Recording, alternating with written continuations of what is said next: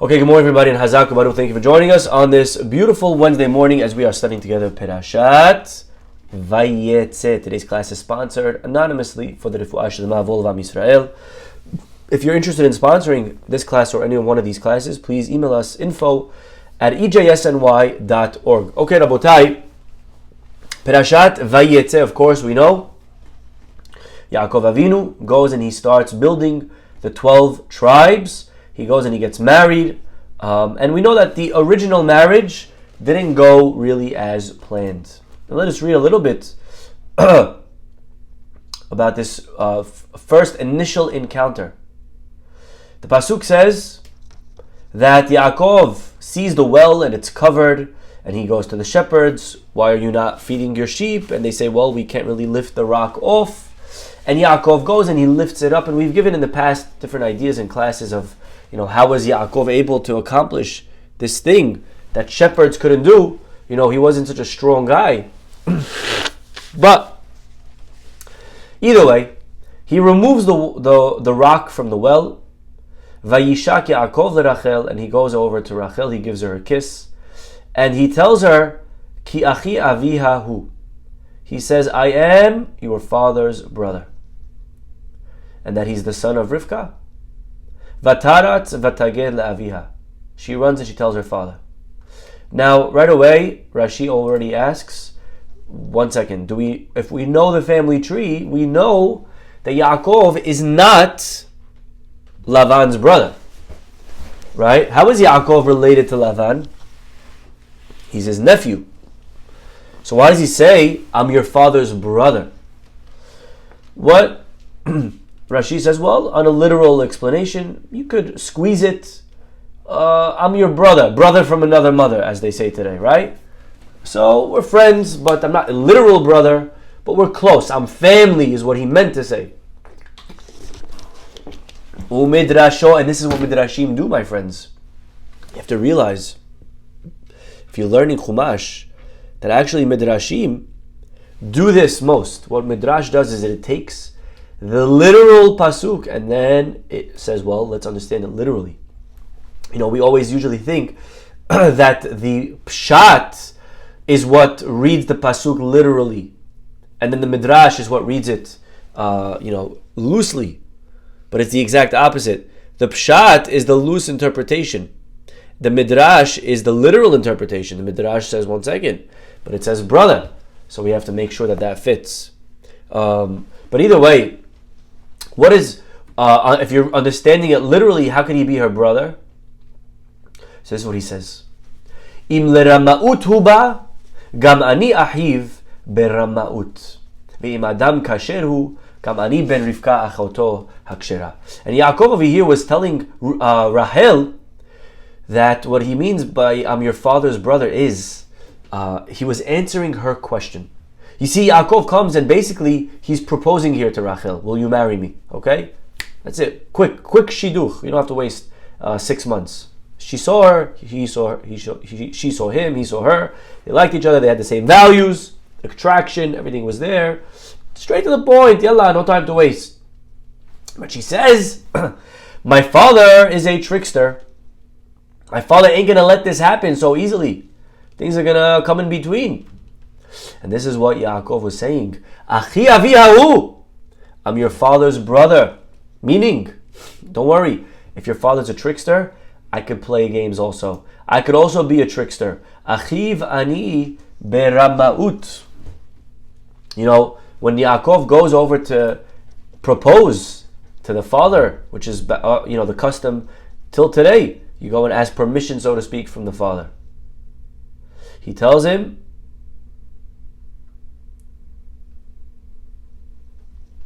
Vayehav Yaakov et Rachel. Yaakov liked Rachel. Vayomer e'evodcha sheva shanim. I'll work for you for 7 years. Berachel bitcha haketana. Look how many things he does over here to make sure not to get double crossed. Berachel bitcha haketana. Yaakov is very specific. He gave him all of the possible details. He gave it to the best lawyers to make sure that there's no loophole here that Lavan could find. I'm going to work for Rachel. Now you may say, oh, okay, Rachel, deal. And then go, what he'll do the day of the wedding? What will Lavan do? He brings some random Rachel. So he said, your daughter. Well, that's foolproof, no? Rachel, your daughter. No. Even a Lavan could find a way around that. How? I'll switch their names. Make the older one name change. Right? Now she's Rachel and the other one's Leah. So he said, the Ketana, the younger one. And it's still, by the way, all of these stipulations or detailed requirements didn't work, didn't help, because he still got sketched. He still cheated him. We know what happened, right? He came in the day of the wedding, and Lavan said, it's not happening this way. There's no way that I'm going to let you take the younger daughter over the older daughter. Right? On top of this, just look how much security Yaakov over here, look how much thought and protection he has. So number one, he's very clear specifying with Lavan who he wants to marry. Number two, he gave simanim to Rachel. He gave her signs. Our rabbis tell us that he gave her a certain code word that when he asks her under the chuppah for the word, for the code, only she will know what they agree to. And if he goes and say, okay, stars are yellow, and Rachel knows how to answer that with her code, whatever it was. I don't know what the code was. There is opinions of what the code was. But either way, if the person is the wrong person, they won't know the answer. Correct? Now, what does Yaakov mean, by the way? If he's a thief, then I'll be a brother in thievery. Did Yaakov do anything over here tricky? Was he being tricky by doing these things? By making a plan? You know, Yaakov, I think he's being a little too harsh on himself by saying, if he's, then I'm gonna be a bigger trickster than him. But he wasn't being a trickster. What Yaakov does is very legal. I wouldn't call that at all shady. But what he means is, not that I'm going to be his brother in trickery, but what he means is that if he's a trickster, I could be a trickster, meaning I understand trickery. I could understand thieves, and I'll make sure to protect us that he won't be able to trick us. That's what he meant. Not that I'll trick him, but that I could be his brother. You know, to understand a crook, you have to be a little bit of a crook. When you're very innocent people, they get taken advantage of. They don't know, because in their lives, in their wildest dreams, they can never fathom that giving someone their phone number could cause them to now hack their cell phone. My gosh, I didn't know that. Just by giving you the first letter of my name, now you could get my social security. You didn't know that could happen, right?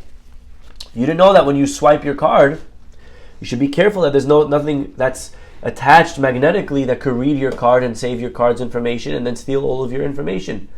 You don't know that because you're not a trickster. If you were a trickster, you would know that. Okay, don't ask me how I know that. I'm not a trickster, don't worry. Okay, but a person has to think like, right? You got to be a little bit like a crook to think like a crook. Which, by the way, that's why Rivka, what? That's why she was able to see through the charades of Esav. Yitzchak loved Esav. A little bit he was fooled by Esav. Ki tzayid befiv. Our rabbis tell us Esav tricked his dad. But Rivka wasn't fooled because Rivka grew up with thieves. She grew up with the guy who wrote the book. She grew up with Lavan and Betuel. So she saw right through Esav's scam. And therefore, he's saying, don't worry, I grew up with Esav. I know thieves. And I may be a ish tam, but I'm no fool. No fool, and I'll prepare well. And still, unfortunately, Yaakov did get tricked. He gave Leah instead. And now Yaakov finds himself working for another 7 years for Leah. By the way, for Rachel, excuse me. By the way, the law of Sheva Brachot, that you should celebrate for 7 days with a Chatan and Kala, FYI, is taken from this week's parasha. when Yaakov wakes up the next morning, he goes to his father-in-law Lavan. He says, "You tricked me." And by the way, does anyone know how that conversation continued? What did Lavan say back to that?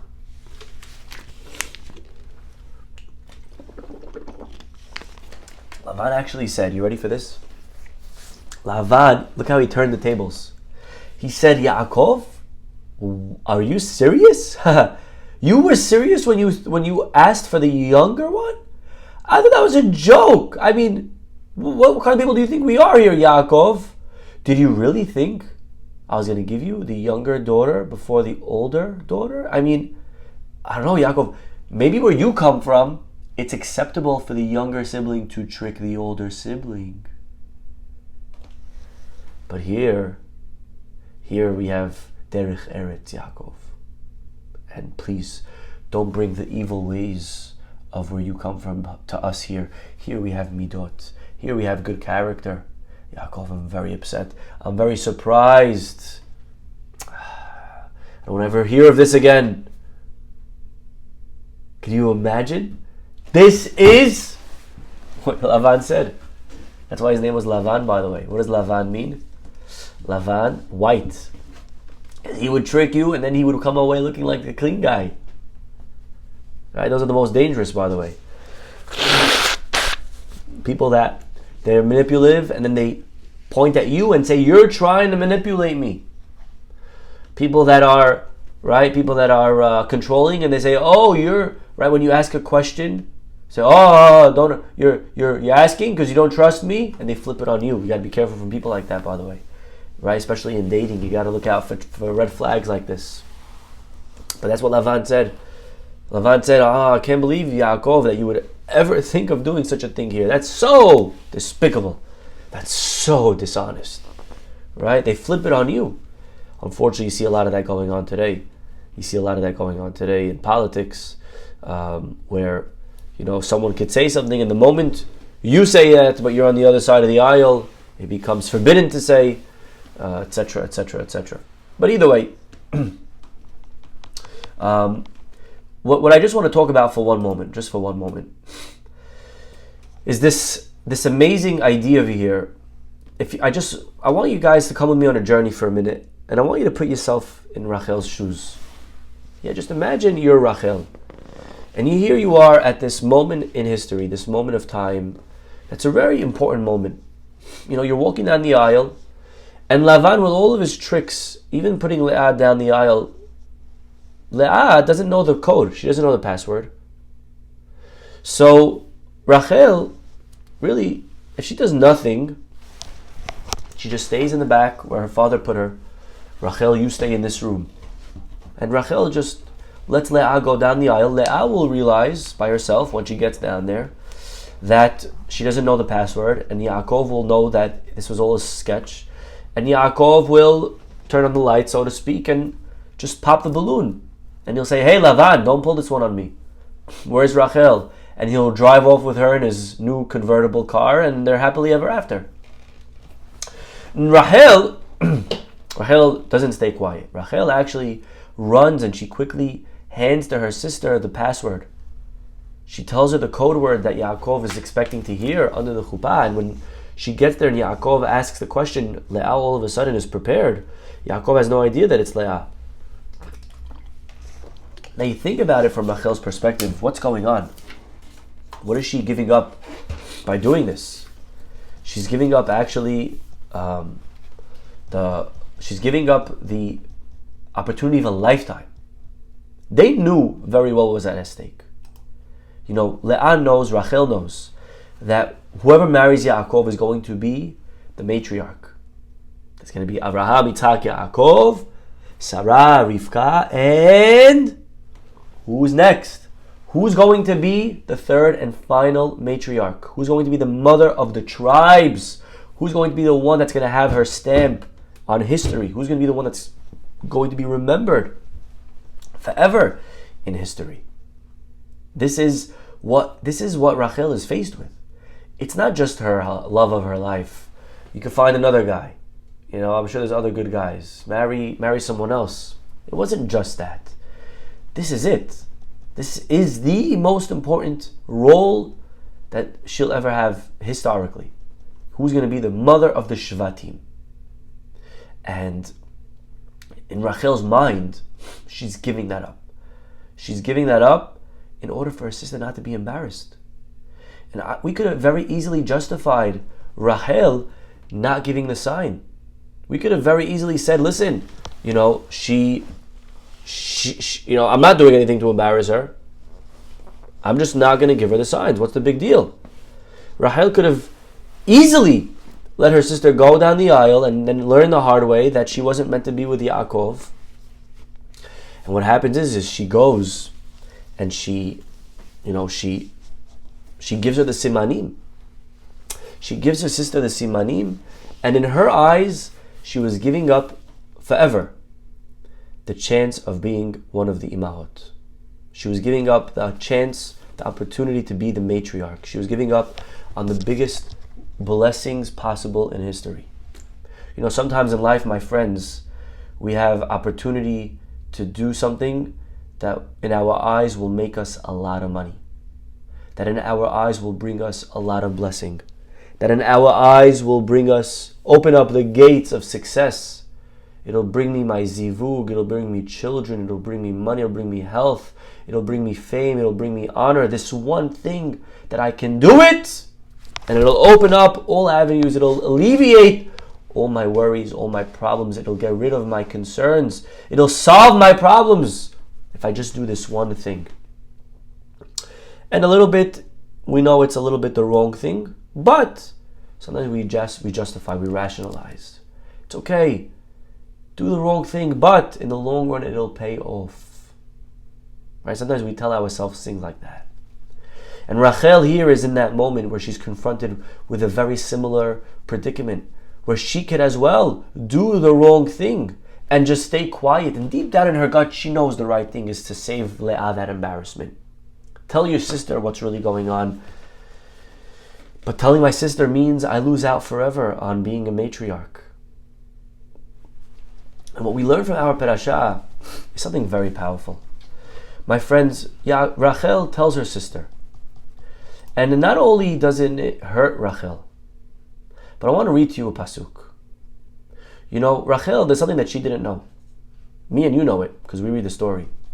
But in real time, Rachel didn't know this. Rachel had a biological problem. She was barren. Rachel could not conceive. She couldn't physically have children. Imagine Rachel stays quiet. And she stays quiet because this is my chance. I want to become a mother of Am Yisrael. I want to have the tribes come from me. So she stays quiet. You know what would happen?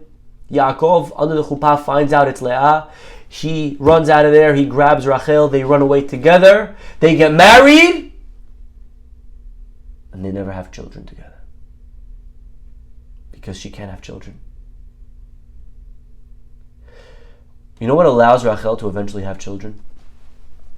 There's one pasuk in the parasha, very, very subtle, but very powerful. Leah's popping him out, child after child. Boom, boom, boom. Rachel, nothing. And there's one pasuk.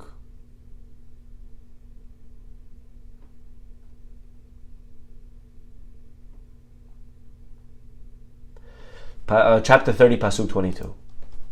Vayizkor Elohim et Rachel. God then remembers Rachel. What does he remember of Rachel? What does it mean to remember Rachel? Did he forget her? Vayishma Eleha. He listened to her. Elohim, God listened to her. Vayiftach et Rahma. And he opens her womb. You see, there was a closage, there was a blockage. It was a seal on her womb. She could not conceive. She could not have children. And God, Vayiskor Elohim, and God remembered, and then he opened her womb. There's something that she did that allowed her to be cured. What did she do? Says Rashi, Zachar la shemasra simaneha leachota. God remembered that she gave the signs to her sister. Wow. God remembered Rachel.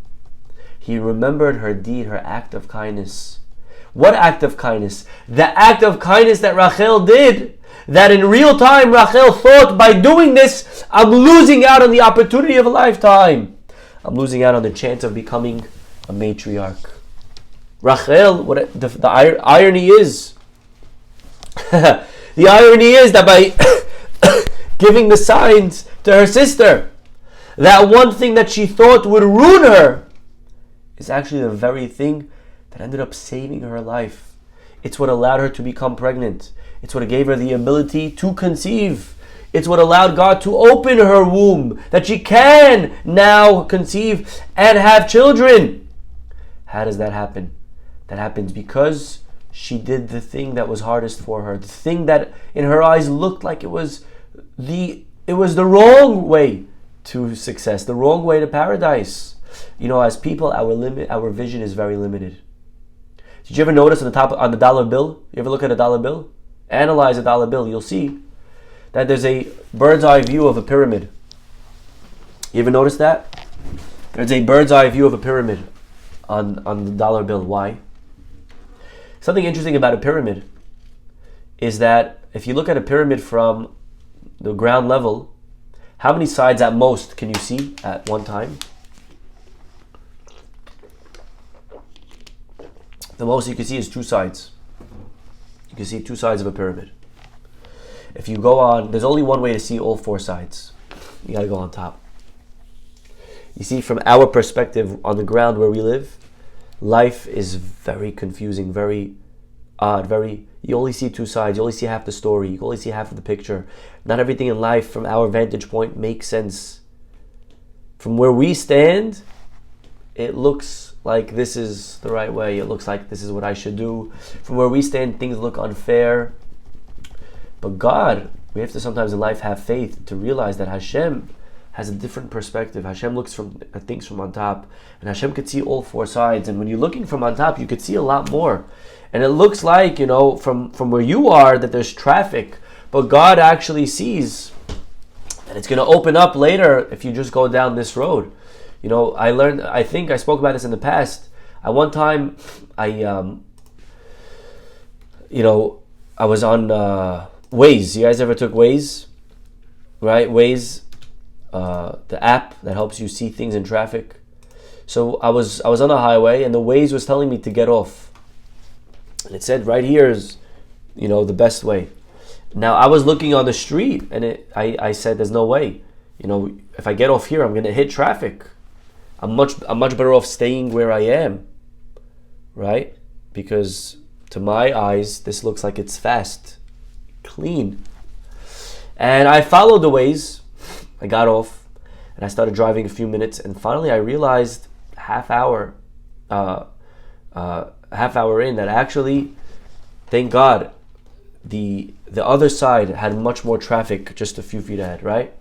So, it's a beautiful example that sometimes, again, from our position, from where we stand, the roads to bracha look like this is the way. This is what you should do. Rachel, you want to be a matriarch, no? So obviously what should you do to be a matriarch? Don't give your sister the signs. And then Yaakov will see the truth. He'll marry you. And then you'll end up becoming the mother. The irony is that if she would have done that, she would have never been a mother. Vayiskor Elohim et Rachel, vayishma Eleha Elohim. That only reason God gives her children, the only reason she ever has children, was because she did that act of kindness. And then God opened her womb. She thought she was giving up her children by giving the signs, but it's actually what gave her children. You never lose in life, my friends, in the long run, by doing the right thing. By doing the right thing. Sometimes we make cheshbonot, we calculate that if I just do this one wrong thing, it's wrong, but it'll help my marriage. It'll help my business. It'll help my children. It'll give me more security. And we realize sometimes that actually it was the wrong move. Doing that thing that we thought, that we promised, that we put our faith in, that was going to open for us all of the gates of blessing, of parnasah. It's actually that specifically was the worst decision that we ever made. It actually did not help us. We say Na'ana. We say Hashem, I'm sorry, I did this, I did that. Velo shava lanu, and it wasn't worth it. Because Yetzer Hara, we live in a world with a brain. We calculate things and we say, if I do this, it'll give me that. And so we go ahead and we do that sin, we do that wrong thing. And then we come 5, 10, 15 years later and we see that it didn't give us those things. All the blessings that I thought it would bring to me, all of the happiness. How many times people are told, just smoke a cigarette, do a drug, take a drink. It'll give you simcha. It'll give you happiness. It'll make you happy. Be with that person that's forbidden, but it'll make you happy. And then we give in, we do that thing, and then we're just destroyed. And we feel like a failure because we don't have any of those promises that the Yetzer Hara made, that we thought it was going to bring us. All the joy is not there. We're left empty, we're left alone. Velo shava lanu, and it wasn't worth it. It wasn't worth it. Sometimes in life, we think by doing something that's incorrect, it'll be worth it. But we realize velo shava lanu.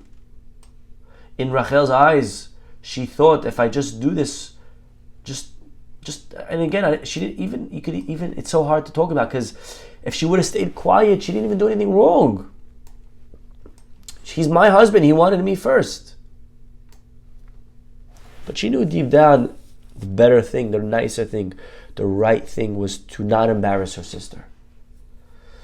But it's not worth it because if I give her the signs, I'm losing out. And what does she learn? What does she teach us? We learn from our parasha that it's because she does that she actually doesn't lose. You never lose in the long run, my friends, by following the Torah and the mitzvot. Again, it may take a year or 10 or 20, but ultimately you only win. We only win when we follow the Torah. Can't lose. Just take as an example Yosef HaTzadik. Yosef HaTzadik, he is also confronted with a big test. And over there as well, if he does the wrong thing, he'll open up avenues of bracha. Sleep with Potiphar's wife, and what will she give you? She'll promise, she'll make you rich. You now have in with the boss's wife, and she'll always make sure you won't get fired, right? All the promises. And what would have happened to Yosef? He would have stayed, right? This free nobody that we would never know about. The alternative was to do the right thing, not sleep with her, and to leave and escape. But what would have happened? What would have happened if he would have done that? What's the price? The price is he get thrown into jail. Yosef does the right thing, and he's ready to go to jail. And what ends up happening, like Rachel, it's because he does the right thing. It's specifically there in jail that he meets the butler, that he meets the baker, that he ends up being introduced to the people that are going to meet, introduce him to the king, to Paro, and he becomes from there the viceroy. You think you're going to make bracha by doing the wrong thing? Forget what you see. You only see two sides of the pyramid. Hashem sees 4 sides of the pyramid. Hashem sees all the sides. Hashem has a different vantage point. God could see much, much, much further than us. Our job in life, my friends, is to really just follow what the Torah says. Do what's right. Don't calculate. As they say, I only work here. I only work here. Our job is to work here. Our job is to follow what the Torah says. What will that mean? What about my children? What about this? How many times a person could have an opportunity to do something wrong that'll make him a lot of money? It could be working on Shabbat, doing a deal on Shabbat. It's forbidden, but it'll make me a lot of money. And Rabbi, not to mention, I'm obviously going to give a nice cut to the shul, 10%. And Rabbi, not to mention, it's going to allow me to now have more children. I won't worry about the tuition crisis, because thank God I have now a lot of money. I could afford all the tuition that I need. So I'll have more kids and I'll be doing more mitzvot, peru urbu. And not to mention that I'll start supporting causes and yeshivas, right? And you can make all these rationalizations, justifications to justify why it's okay for you to do this wrong thing. But a person must realize that that's not our calculation. It's not our job. It's not our job to calculate. It's our job to do. Obviously, we have a brain and we use it, but within the confines of halakha. Chizkiyahu, great king. But the Navi comes and says to him, prepare your will, for you shall die. And the king Chizkiah said, what do you mean? I'm going to die? I'm the biggest saint there is. You know how many people are learning Torah because of me? You're going to kill me? What kind of prophecy? I did every mitzvah. And the Navi said back, you did every mitzvah? Dude, you didn't even do the first mitzvah. Peru urbu. You never had children. And Chizkiah, it was right, he didn't have children. He said back, yeah, but you know why I didn't have children? I didn't have children because I knew and I saw in the future that if I have children, they're going to be wicked. They're going to be evil. And so I said to myself, why should I bring another evil person in the world? That was my calculation. And the Navi says, you're right, but he tells him a line. Bahadei kivshad rachamana lamalach.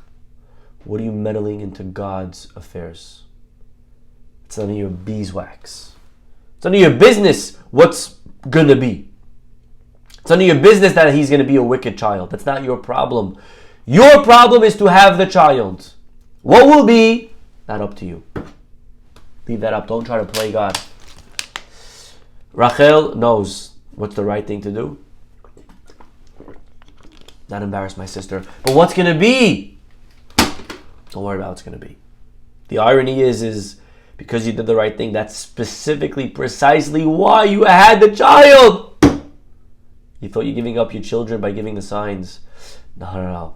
You actually gave yourself children. Yosef, you think you're throwing away your fame and your calling for history by not submitting to Potiphar's wife? No, my friend. It's precisely because of that you ended up becoming famous. We don't always see what ways can see. We don't always can see what God can see from on top of the pyramid when we're standing on the ground level looking at only two sides of a pyramid. But we need to know that ultimately when a person lives life the way they should, when we follow the mitzvot, when we live according to the Torah's recipe and instructions, ultimately that is the best way to receive blessing, the best way to receive beracha in our lives. A person cannot lose when they go down the path of Torah and mitzvot. Ultimately we will always come out a winner. Okay, we'll stop over here, everybody. Have a wonderful, wonderful day. God willing, we'll see you all tomorrow. Bye-bye.